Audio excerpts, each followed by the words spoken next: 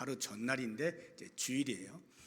제가 당연히 성탄 메시지를 전해야 되는데 제가 기도하는 가운데에서 우리 사도신경 강의 이렇게 순서를 따라 보니까 오늘이 이제 부활에 대한 메시지를 전하는 때더라고요.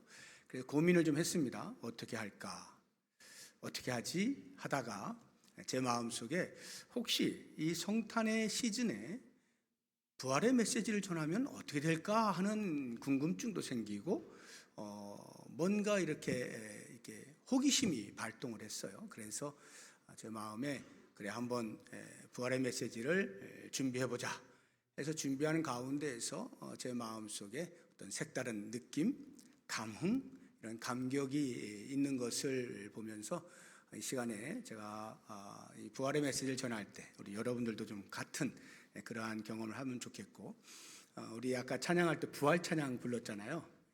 성탄 찬양 불러야 되는데 부활 찬양 불러서 이상하다 이렇게 혹시 생각하시는 분들 계셨는지 모르겠는데, 한번 성탄의 때에 부활의 메시지를 정신을 차려서 우리 같이 듣고 은혜를 나누어 보았으면 좋겠습니다. 이 사도신경을 보게 되면 우리가 지난 시간에 이제 예수님의 장래를 믿는다, 장사 되심을 믿습니다에 대해서 우리가 보았잖아요.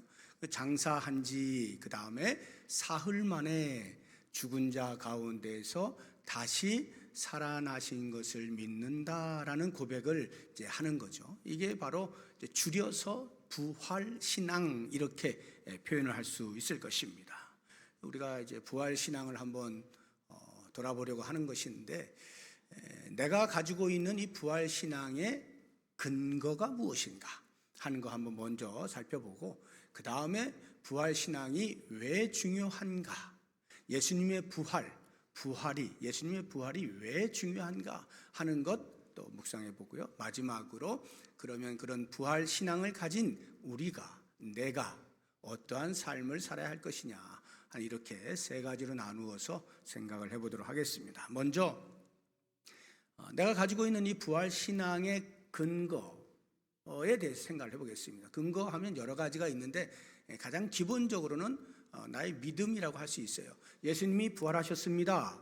그것을 내가 믿습니다 라고 하는 나의 믿음, 그 믿음이 근거가 되어서 이제 부활 신앙이 내 것이 된 것이다 하는 말이에요. 당연한 말이죠. 내가 믿음이 없이 받아들일 수가 없는 거죠. 그런데 조심해야 되는 것이 있어요. 믿음의 개념을 자칫 이렇게 오해하면 부활 신앙이 엉뚱한 것이 되어버릴 수가 있어요. 제가 이 믿음의 개념, 기독교에서 말하는 믿음의 개념이 무엇인지, 그게 아닌 것을 여러분들에게 말씀을 드려볼게요.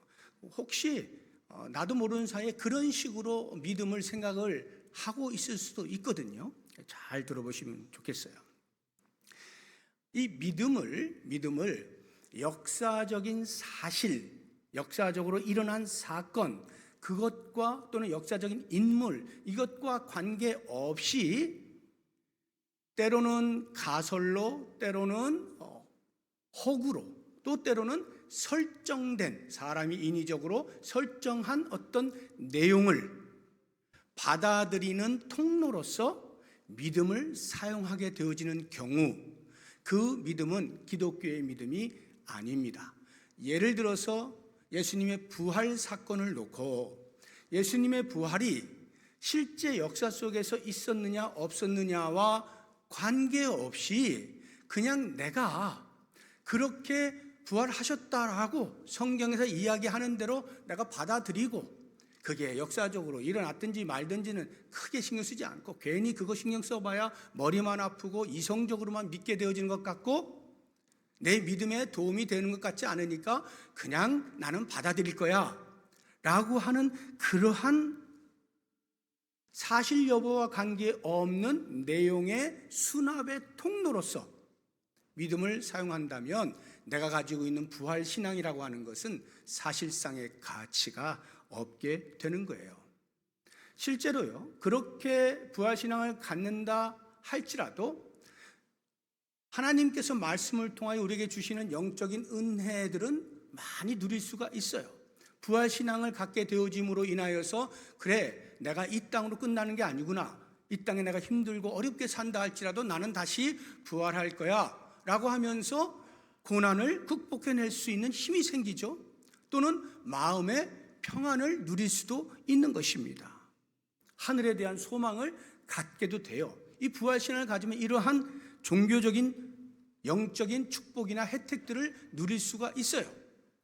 그런데 그게 만약 사실이 아니라면, 역사적 사실이 아니라고 한다면 우리의 부활신앙은 어떻게 되는 것이냐 하는 말입니다. 예수님의 제자 가운데 도마가 있죠. 이 도마는 유명하잖아요. 의심하는 도마 해가지고 예수님이 부활하신 다음에 모여있는 제자들에게 찾아가셨는데 마침 그때 도마만 없죠. 제자들이 다 만났어요. 부활하신 주님을. 너무 기뻤죠. 감사했습니다. 나중에 도마가 왔는데 제자들이 막 자랑을 한 거예요. 야, 예수님 부활하셨어. 그런데 도마는 정작 자기 눈으로 못 봤거든요.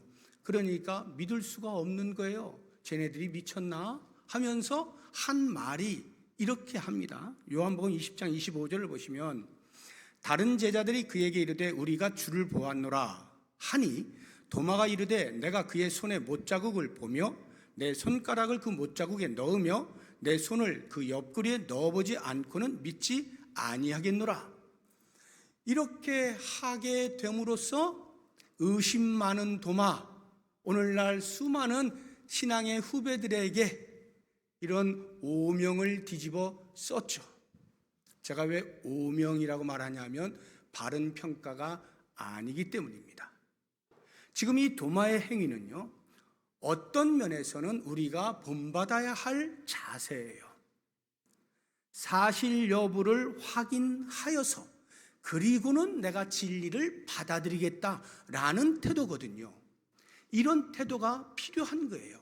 하나님의 말씀이 선포가 됩니다.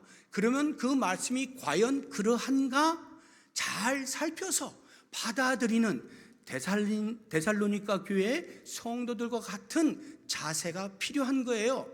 그냥 덮어놓고 믿으면 맹신입니다. 그래서 사실 여부를 잘 살펴서 받아들일 수 있는 이 자세는 꼭 필요하다. 도마의 이 모습은 어쩌면 우리의 모범을 보여주고 있는 것이다 라고도 볼 수 있어요. 그러면 왜 도마가 예수님께 책망을 들었을까? 너는 본고로 믿느냐? 보지 않고 믿는 믿음이 더 좋아, 복된 거야. 이렇게 예수님이 말씀하신 건 무엇을 의미하는 것일까는 제가 잠시 후에 이제 설명을 드리도록 하고요. 우리나라의 1973년도에 부흥회를 인도하시기 위하여 오셨던 2018년에 99세의 나이로 소천하신 빌리 그레엄 목사님이 계시죠. 그분의 그 당시 그분이 이제 부흥사로서 이렇게 아주 세계적으로 활동을 하던 그 당시에 미국 전역에 거의 쌍두마차처럼 그런 부흥의 역사를 같이 이끌었던 찰스 템플턴이라고 하는 목사님이 계셨어요. 이 목사님이 이렇게 훌륭한 일을 잘 하다가, 복음을 전하는 일을 잘 하다가 어느 날 자유주의 신학을 받아들이게 되면서 점점 이성적으로 성경을 보게 되어지고, 그래서 예수님의 부활도 이제는 못 믿게 된 거예요. 이거 이상한데, 이거 도저히 이거 말이 안 되는 건데 하면서 그가 나중에는 불가지론자가 되어버립니다. 배교를 해버려요. 배교를 하고는 이분이 소설을 한 권을 씁니다. 유명한 소설인데요. Act of God이라고 하는 하나님의 일 또는 하나님의 역사, 뭐 이렇게 이제 번역을 할 수 있겠는데, 그 소설책의 그 근간이 되어지는 내용이 뭐냐 하면 예수님이 죽으셨는데 그 시신 유골이 어떤 성지에서 발견이 된 거예요. 그런데 이 유골이 발견이 되었다는 말은 부활이 거짓말이라는 뜻이잖아요. 그러니까 교회 공동체가 어떻게 되겠어요? 이거 드러났다가는 큰일 나잖아요. 그래서 교회 공동체가 은폐를 하는 겁니다. 쉬쉬하면서 부활에 지금까지 전했던 그 내용들이 훼손받지 않도록 감추었다. 이런 내용을 가정으로 설정을 하고 소설을 쓴 겁니다. 만약 그리스도의 부활이 역사적 사실과 무관하게 나의 믿음의 고백으로 받아들여지는 것이라고 한다면 지금 이분이 이야기하고 있는 이 소설적인 이야기에 조금도 토를 달 수가 없겠죠. 만약에 공동체가 우리 모두가 서로 약속합시다. 그래, 예수님 십자가에 죽으셨다가 실제로 부활하셨는지 안 하셨는지 잘 알 수가 없으나 우리가 부활한 걸로 서로 지금까지 사도들도 얘기해 왔고 하니까 그렇게 인정합시다 하고 공동체가 합의를 보고 그렇게 믿기로 작정한다 하여서 기독교의 신앙이 과연 오늘날까지 내려올 수 있었겠는가? 말이 안 되는 거죠. 예수님께서는 당시 스스로를 가리켜서 내가 곧 길이요 진리요 생명이라 말씀하셨잖아요. 예수님이 진리이시단 말이에요. 진리. 그런데 진리이신 예수님의 부활과 관련되어진 사건을 사실 여부를 알아보지 아니한 채 그냥 믿기로 작정을 한다라고 가정을 하면 그 공동체는 자가당착에 빠지는 거죠. 자기 모순에 빠지는 거예요. 예수님의 부활을 믿기로 작정을 했으나 그 진리이신 예수님과 어쩌면 사실인지 아닌지 모르는, 어쩌면 가짜를 진짜로 부활하신 것처럼 착각을 하고 믿을 수도 있잖아요. 그렇게 되면 이런 일이 벌어지는 겁니다. 크리스마스에 우리 부모들이 자녀들에게 선물을 줄 텐데 저는 제 자녀가 커서 저에게 선물을 주더라고요. 제가 감격을 했는데 선물을 줄 때 말이죠, 근사한 포장지에다가 선물 상자를 잘 싸가지고 자 선물이야 하고 딱 줬어요. 풀어보는데 그 안에 아무것도 없는 거예요. 내용이 없어요. 그런데 포장을 근사하게 해가지고 선물 상자라고 딱 주면서 야 비록 안에 아무것도 없으나 있는 걸로 치자우리 하고 준다면 어느 아이가 우리 엄마 아빠 참 속 깊다 하면서 기쁨으로 받겠어요? 이게 뭐야 하고 내동댕이 치겠죠.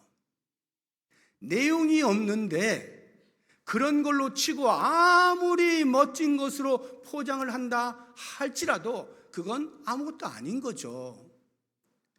진리랍시고 예수님이 부활하셨습니다라고 하는 엄청난 기독교의 진리인 양 그 내용을 사실 여부를 알아보지도 아니한 채 빈 껍데기로 그냥 포장만 열심히 해서 예수님 부활하셨습니다. 부활하셨습니다. 우리 다 같이 믿기로 합시다.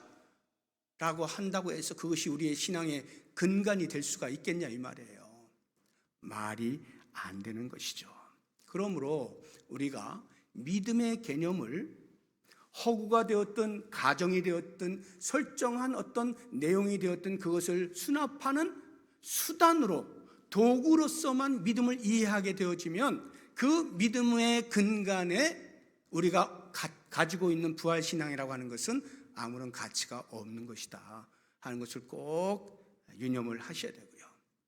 그렇다고 하면 우리는 무엇에 근거하여 부활신앙을 갖느냐?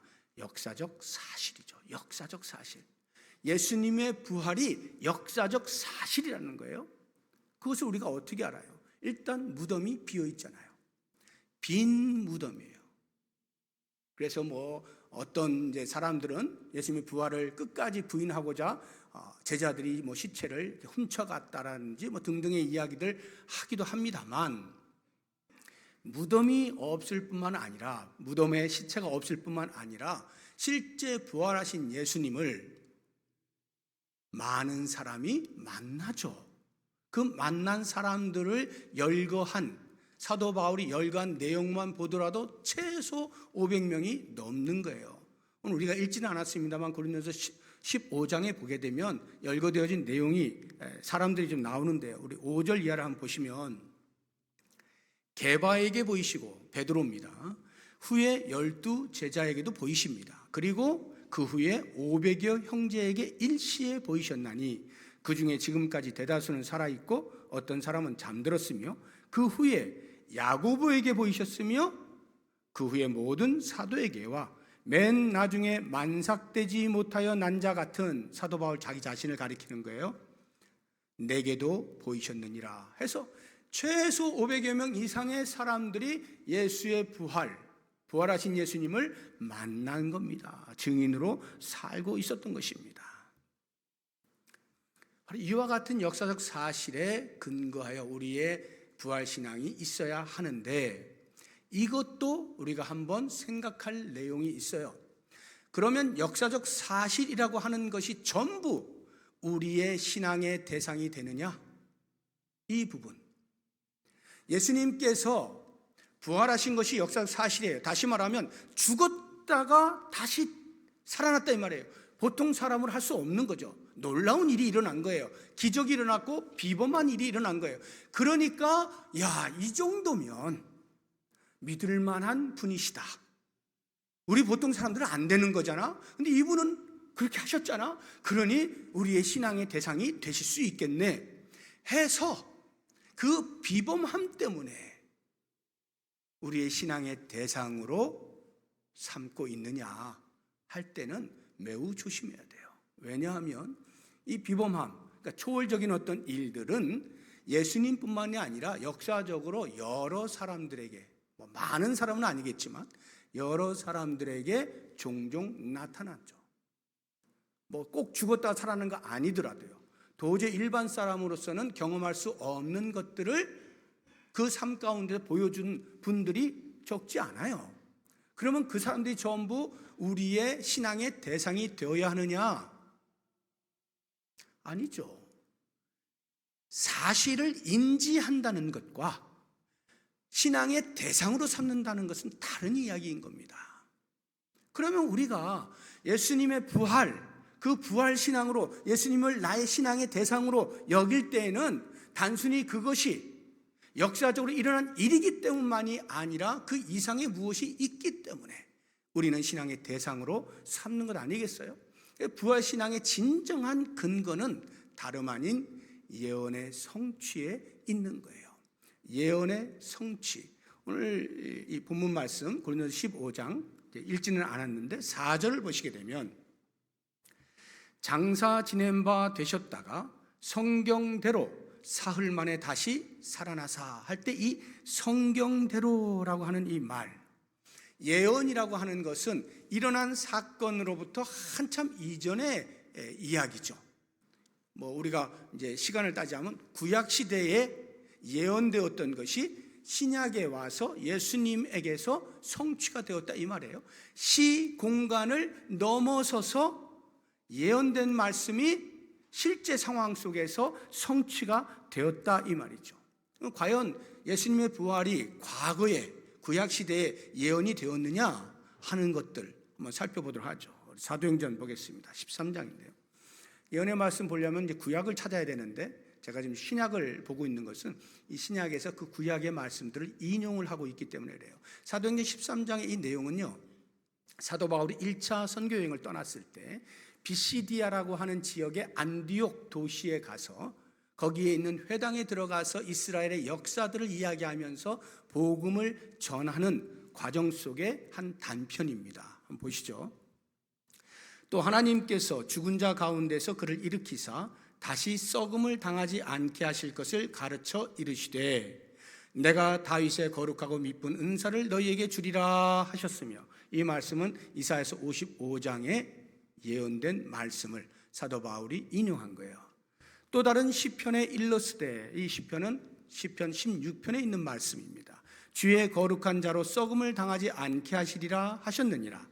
다윗은 당시에 하나님의 뜻을 따라 섬기다가 잠들어 그 조상들과 함께 묻혀 썩음을 당하죠. 사람이니까 죽어 썩음을 당하였어요. 그런데 하나님께서 살리신 이 예수 그리스도는 다윗의 혈통으로 오셨으나 썩음을 당하지 아니하셨어요.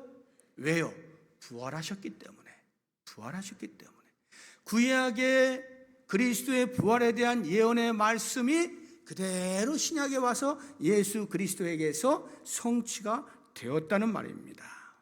그러면 이 예언의 성취가 뭐가 그렇게 중요하냐 할 때 생각을 해보십시오. 우리가 예수님을 신앙해요.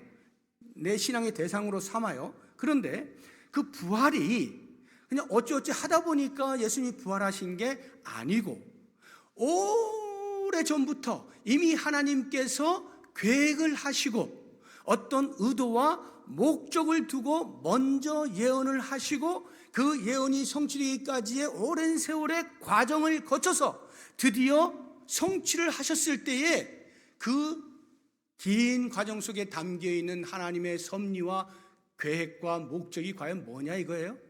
무엇 때문에 이 오랜 세월 동안 이 일을 하셨죠?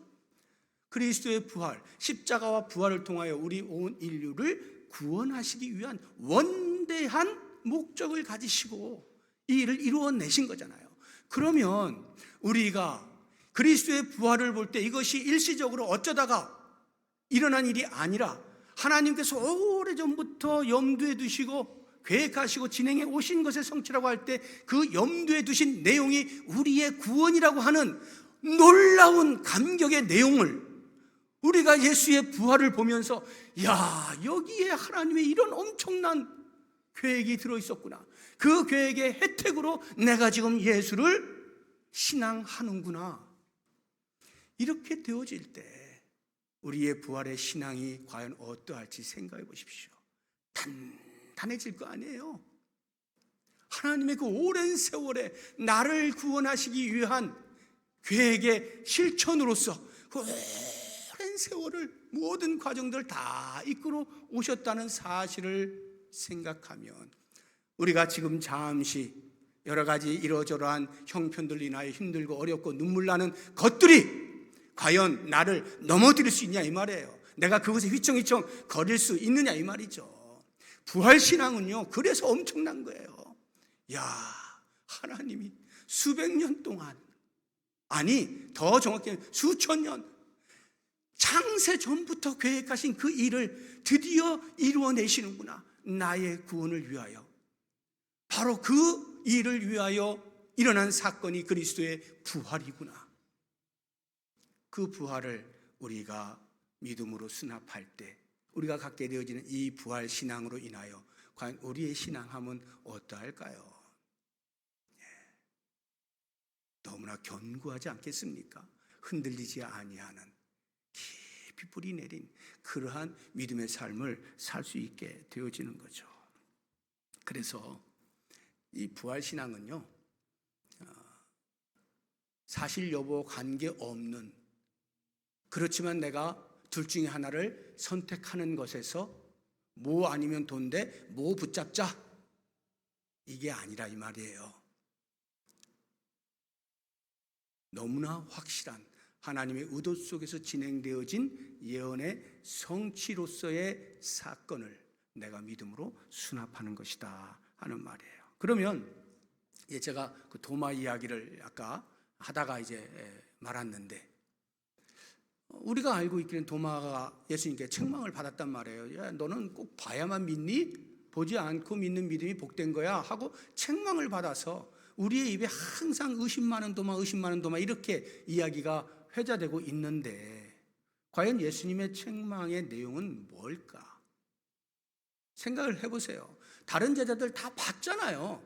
봐서 야, 예수님 부활하셨어라고 얘기한 거 아닙니까? 보기 전에 그렇게 한 제자가 어디 있어요? 다 보고 얘기한 거예요. 그런데 도마는 못 봤잖아요. 못 봤으니까 난 봐야 되겠다라고 하는 것은 아무 잘못이 없는 거예요. 그런데도 불구하고 예수님이 책망하는 내용은 다름이 아니라 당장에 안 보고 왜 못 믿어? 이 이야기가 아니라 이미 오래전부터 구약시대 때부터 예언되어 온 말씀 아니냐. 네가 그것을 모르지 않을 텐데 왜 그걸 아직도 받아들이지 않아? 왜 그 예언의 말씀에 대하여 무감각해? 좀만 신경을 쓰면 그게 바로 이 순간에 성취되었다는 것을 네가 알 텐데 왜 그걸 모르니? 라고 하는 이 말씀이에요. 그런 면에서 우리의 부활신앙이란 철저히 예언의 성취적인 차원에서 근간을 삼을 수 있어야 된다 하는 것입니다. 그럼 이제 두 번째로 우리가 생각해 볼 예수님의 부활이 뭐가 그렇게 중요할까? 예수님이 부활하신 이 사건이 정말 그렇게 중요한가? 중요합니다. 어떤 면에서? 첫째, 예수님이 하나님이시다, 예수님이 신이시다를 증명하는 사건이 이 부활 사건이에요. 로마서 1장 4절 보겠습니다. 성결의 영으로는 죽은 자들 가운데서 부활하사 능력으로 하나님의 아들로 선포되셨으니 곧 우리 주 예수 그리스도시니라. 하나님의 아들이라고 하는 말이 하나님이라는 뜻이에요. 신이라는 말이에요. 부활하심을 통하여 그리스도께서 신이심을 선포하였다, 증명하였다 하는 거예요. 그러니까 보통 사람들이 말하는 세계 4대 성인 가운데 한 사람, 예수님 훌륭한 사람이지, 정말 자기를 희생하고 뭐 등등등등, 성인 가운데 한 사람이 아니에요. 우리의 신앙의 대상은 사람이 아닙니다. 신이신 예수 그리스도가 우리의 신앙의 대상이라고 하는 것이 그리스도의 부활을 통하여 증명이 되고 있기 때문에 이 그리스도의 부활은 중요한 거예요. 뿐만 아니라 복음의 핵심이잖아요.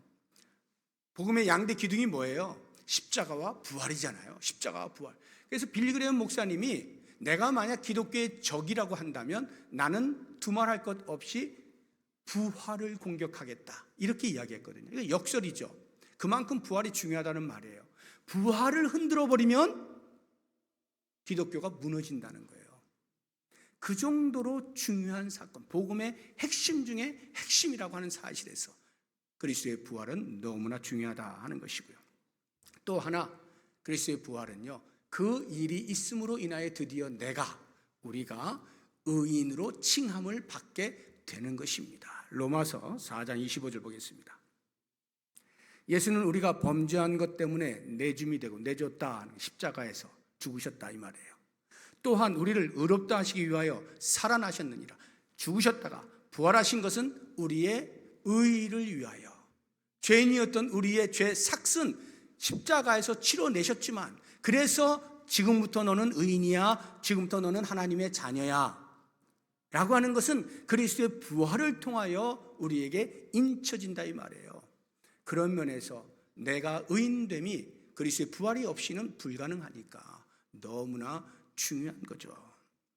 마지막으로 한 가지 더, 예수님의 부활이 왜 중요하냐? 죽은 자의 부활을 보증하기 때문에 중요합니다. 로마서 6장 9절을 한번 보겠습니다. 이는 그리스도께서 죽은 자 가운데서 살아나셨음에 다시 죽지 아니하셔요. 부활하신 주님이 또 죽지, 나사로 같은 경우는요, 한번 부활했잖아요. 죽었다가 예수님이 살려주셨잖아요. 그 다음에 죽었을까요? 안 죽었을까요? 당연히 죽었죠. 사람이가 당연히 죽어요. 그런데 예수님은 아니요.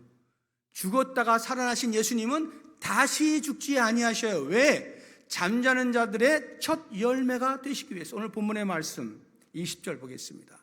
그러나 이제 그리스도께서 죽은 자 가운데서 다시 살아나사 잠자는 자들의, 여기 잠자는 죽은 자들 말하는 거예요. 죽은 자들이란 과거에 죽은 자뿐만이 아니라 앞으로 죽을 자, 그러니까 모든 인간을 다 이야기하는 거예요. 죄의 삭스로 인하여 죽을 수밖에 없었던 우리 인생, 그 죽은 자들의 첫 열매, 다시 살아나는 첫 열매로서, 자, 너희들 계속 죽은 상태로 있지 아니하고 부활하게 될 거야를 알려주시는 첫 열매로서 예수님이 살아나셨다 이 말이에요.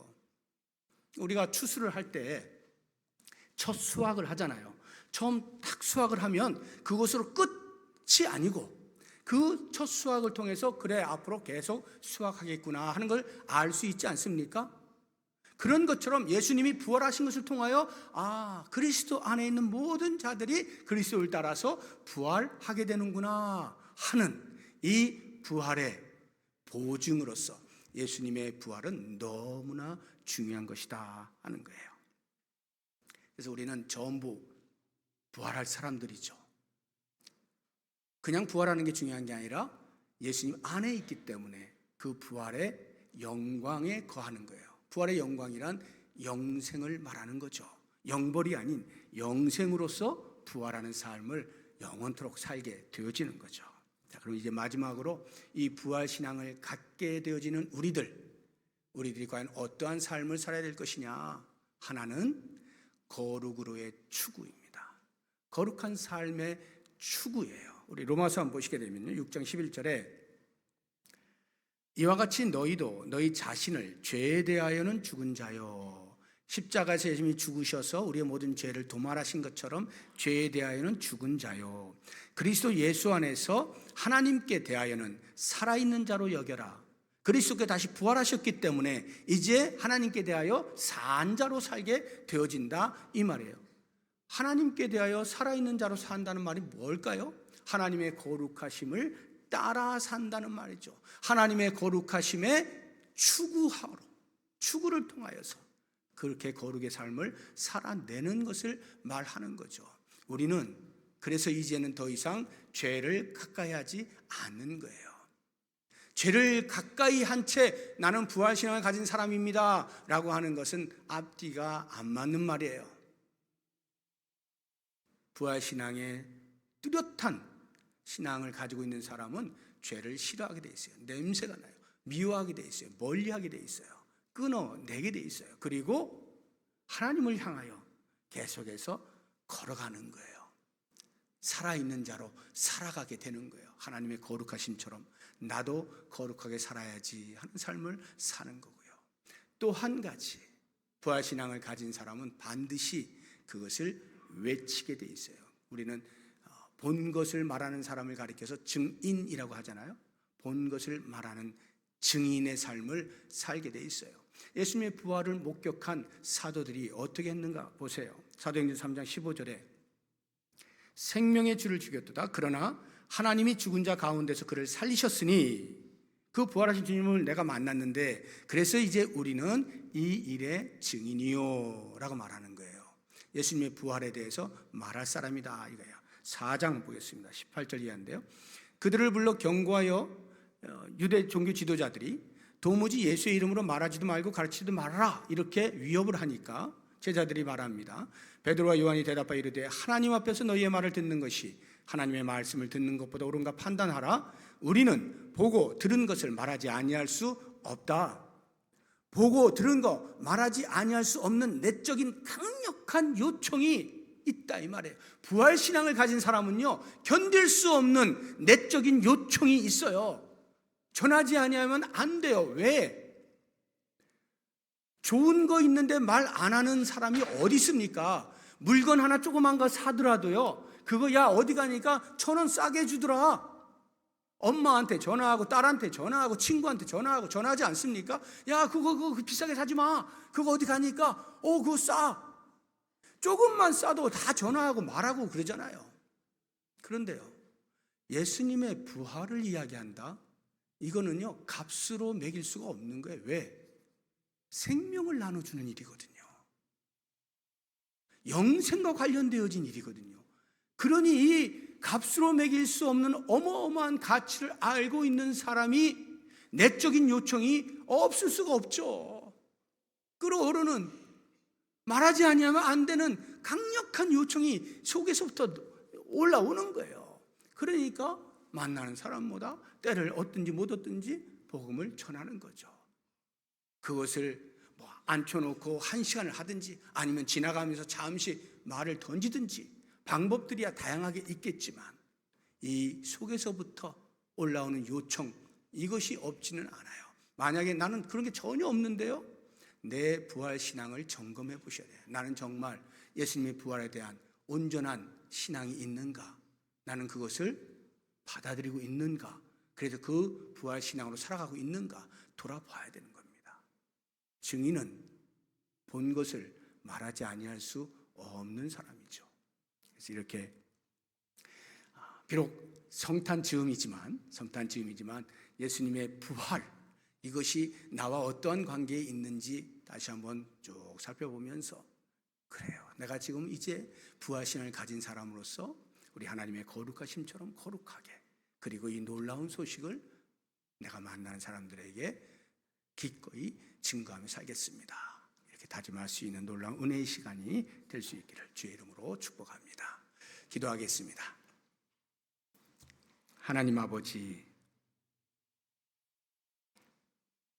그리스도께서 이 땅에 나심은 십자가에서 죽으심으로 우리의 죄를 사하시기 위하며 부활하셔서 우리를 의롭다 하시기 위함인 것을 알고 이 성탄의 즈음에 그리스도의 부활을 다시 한번 묵상하고 나의 부활 신앙을 점검할 수 있는 기회를 주신 것 감사합니다. 원하옵나니 주님이 오시는 그날까지 주를 닮아가는 거룩한 삶을 살게 하시고 예수 천당, 예수 생명, 복음을 전하는 전도자의 삶을 잘 살아낼 수 있도록 도와주시옵소서. 예수님의 이름으로 기도드립니다. 아멘.